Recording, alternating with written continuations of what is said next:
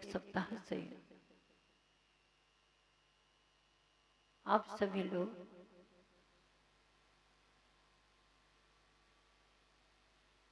श्रावक धर्म के विषय में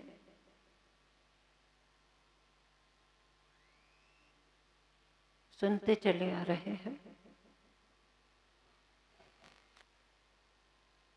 श्रावक धर्म के बारे में एक श्लोक मिलता है,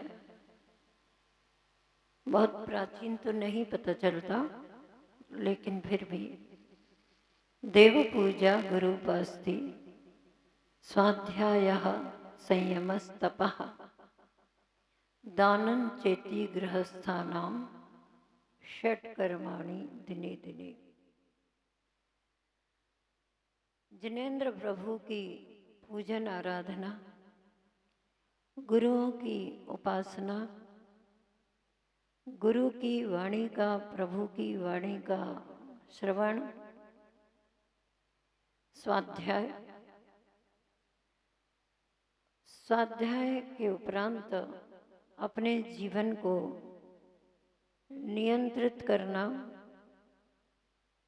और नियंत्रित करने के लिए अर्थात संयमित जीवन बनाने के लिए आवश्यक है अपनी अनावश्यक इच्छाओं का निरोध करना। इच्छा निरोधः तपः। सभी सुनते आए हैं कि इच्छाओं के निरोध करने का नाम तप है। वैसे तप और त्याग की बात सुनते ही लोग ये समझते हैं कि ये तपस्या और त्याग तो साधुओं के जीवन का धर्म है।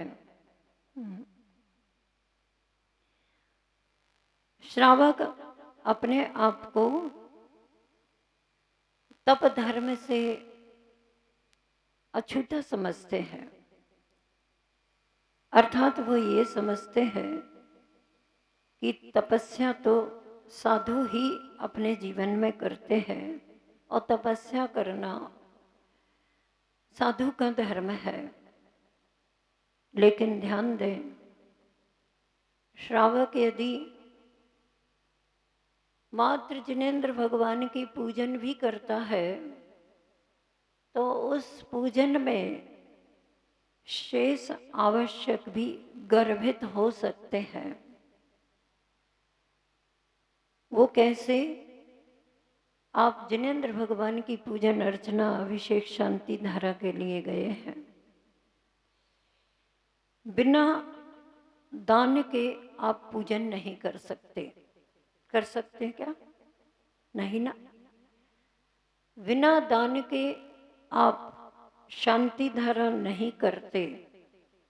कर सकते नहीं ऐसा तो मैं नहीं करती कहती, लेकिन फिर भी मुनियों के, गुरुओं के उपदेश है कि कभी भी शांति धारा करें तो खाली हाथ ना करें। तो दान उसमें शामिल हो ही जाता है। एक पंथ दो काज, और मात्र इतना ही नहीं, यहाँ पर तो ये सिद्ध किया जा रहा है कि एक पंथ षट काज।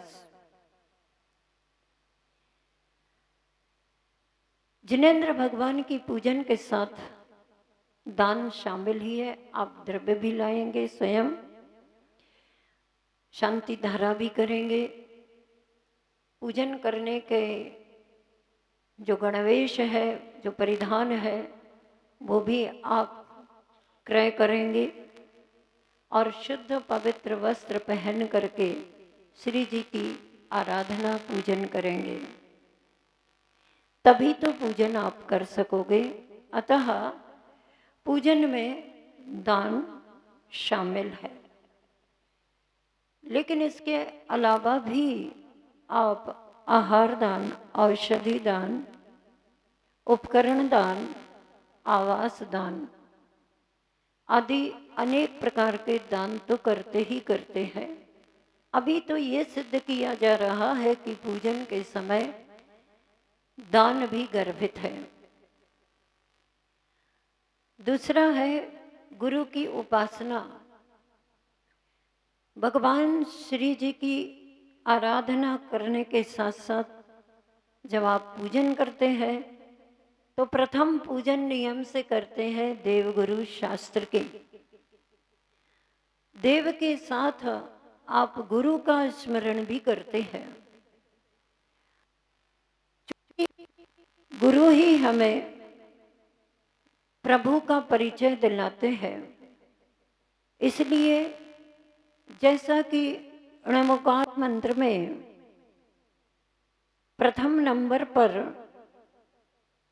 सिद्ध प्रभु को ना करके अरिहंत प्रभु का स्मरण करते हैं, क्योंकि अरिहंत परमेष्ठी तीर्थंकर के द्वारा ही हमें सिद्धत्व का परिचय होता है, सिद्धों का परिचय होता है, भगवान का स्वरूप ज्ञात होता है और अरिहंत परमेष्ठी भी कौन होते हैं ये हमें उन्हीं से विदित होता है। इसलिए णमोकार मंत्र में सर्वप्रथम णमो सिद्धाणम ना कह करके णमो अरिहंताड़म पद को रखा है। इसी तरह से श्री जिनेन्द्र देव की अर्चना करते हुए हम गुरु की उपासना भी उसमें करते हैं, क्योंकि गुरु ही हमें गोविंद का स्वरूप बताते हैं। और आचार्य श्री जी तो ये कहते हैं कि गुरु हमें गोविंद का स्वरूप बताते बस नहीं है, किंतु वे हमें गोविंद बनाते भी हैं। ऐसे गोविंद के स्वरूप में बनाने वाले गुरु की उपासना भी प्रभु की उपासना में हम कर लेते हैं। कितने आवश्यक हो गए? 3। श्री जिनेन्द्र देव की आराधना, दान और तीसरा गुरु की उपासना।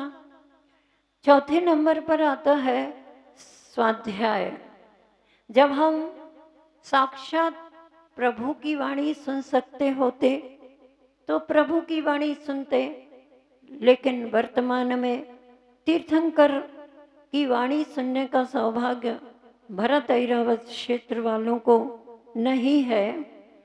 फिर भी गुरु के द्वारा प्रभु की वाणी का हम श्रवण करते ही करते हैं। और जो पूर्वाचार्यों ने ग्रंथों में प्रभु की वाणी को लिख करके, रच करके, ग्रंथों को रच करके मंदिरों में विराजमान किया है, जिनालयों में जिन वाणी विराजित है, हमारा परम कर्तव्य बनता है कि हम उस जिनवाणी का वाचन करें और योग सुयोग मिले तो श्रवण जरूर करें। जब आप पूजन पढ़ते हैं तो पूजन के छंद में भी अनेक प्रकार से प्रभु का स्वरूप, तत्व का स्वरूप, गुरु का स्वरूप, जीव आत्म तत्व का स्वरूप, बहुत सारा विषय, अध्यात्म का स्वरूप, कर्म आदि अनेक विषयों पर वह पूजन लिखी हुई होती है। हे प्रभु, आपके समान मेरा भी शुद्ध स्वरूप है। समय सार का कथन उससे हो जाता है, लेकिन वर्तमान में हम कर्माधीन है, पराधीन है, परतंत्र है। कर्मकांड जैसे षटखंडागम जैसे सिद्धांत ग्रंथ का वर्णन उसमें हो जाता है। और इसके साथ ही साथ जब उसमें गुरु की, प्रभु की साधना का अगर वर्णन होता है कि आपने किस तरीके से प्रभु पद को प्राप्त किया, तो उन पंक्तियों को पढ़ने से हमें मोक्ष के मंजिल के मार्ग का ज्ञान हो जाता है। उस मोक्ष फल को पाने के लिए आप फल समर्पित करते हैं।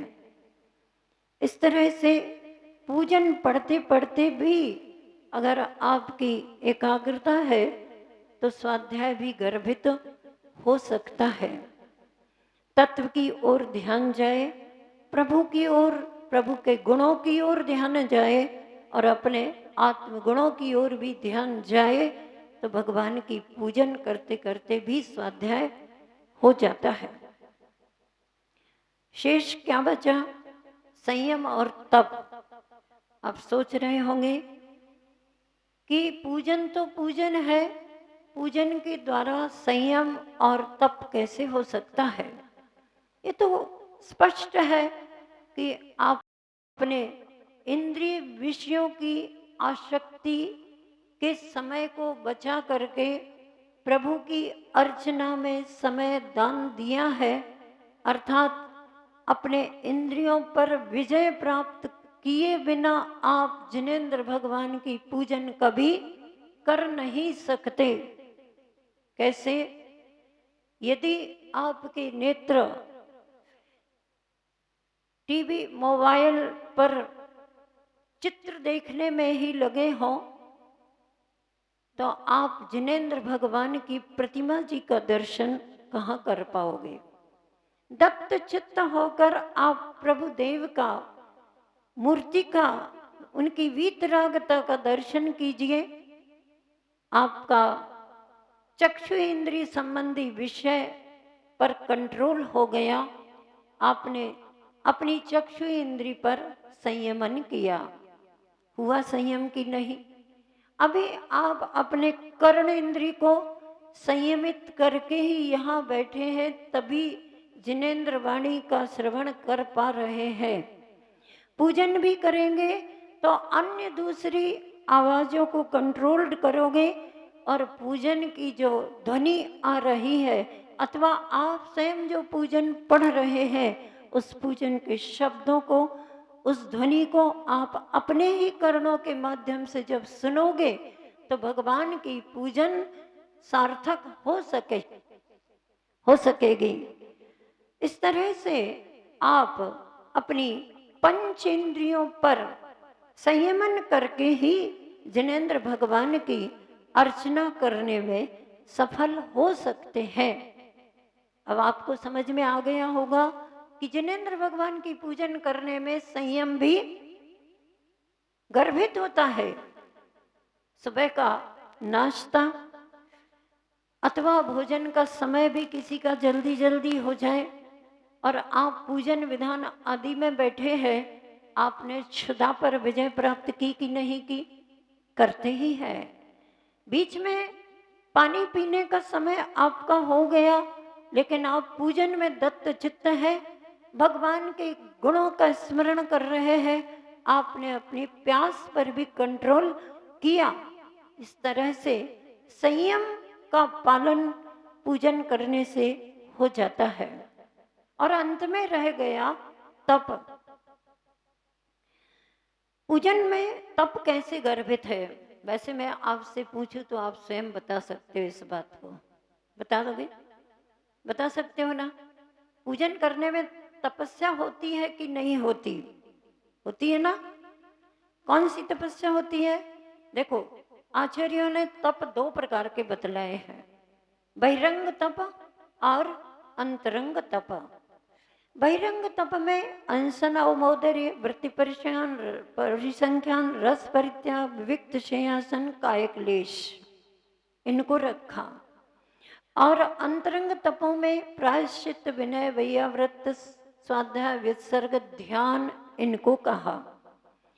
आप इनमें से स्वयं विचार कीजिएगा, अपनी बुद्धि को भी थोड़ा सा सक्रिय करिएगा कि पूजन करते समय इन 6 तपों में से कौन सा तप वहां पर चल रहा है।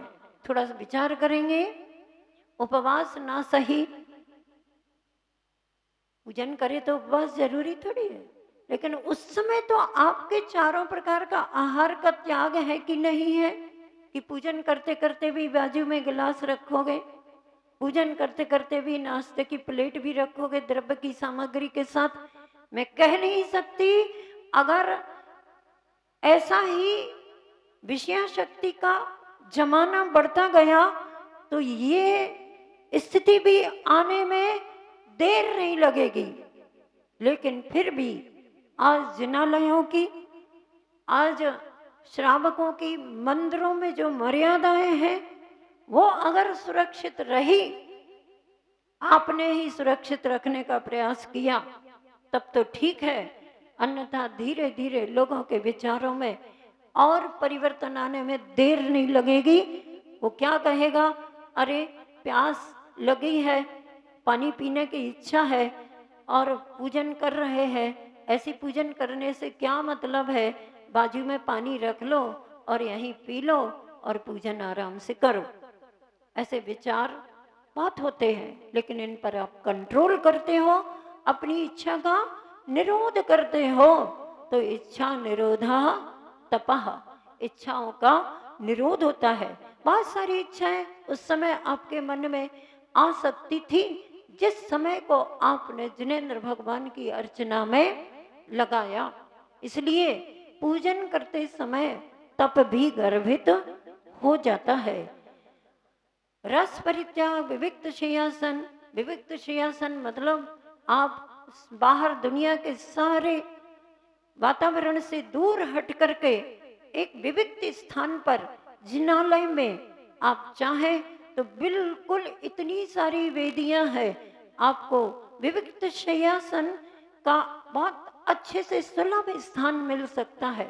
किसी भी मंदिर में आप शांति से द्रव्य की थाली लेकर के बैठ जाओ, भगवान के दर्शन करो, वीतरागता का अनुपान करो और उनकी पूजन अर्चना में दत्त चित्त हो जाओ, तो आपका वह तपस्या का आवश्यक भी पूजन में गर्भित हो सकता है। काय क्लेश भी, जब आप खड़े होकर के पूजन करते हैं तो भी शरीर के द्वारा एक प्रकार से तपस्या की जा रही है। माना कि आप बैठ करके पूजन करते हो तो भी आप एक आसन लगा करके, पद्मासन, अर्ध पद्मासन अथवा सुखासन, कोई भी आसन लगा करके बैठे हो, यह भी एक प्रकार का तप है। मैं यही भावना भाती हूँ और अतिशयकारी श्री शांतिनाथ भगवान के चरणों में भावना करती हूँ कि जो भी श्रावक हैं वे सभी अपने जीवन में सद्व्रतकरण करने में तत्पर रहें, अर्थात छठ आवश्यक पालन करें और मुख्य रूप से देव पूजा जरूर करें, जरूर करें, जरूर करें। जय बोलिए श्री शांतिनाथ भगवान की।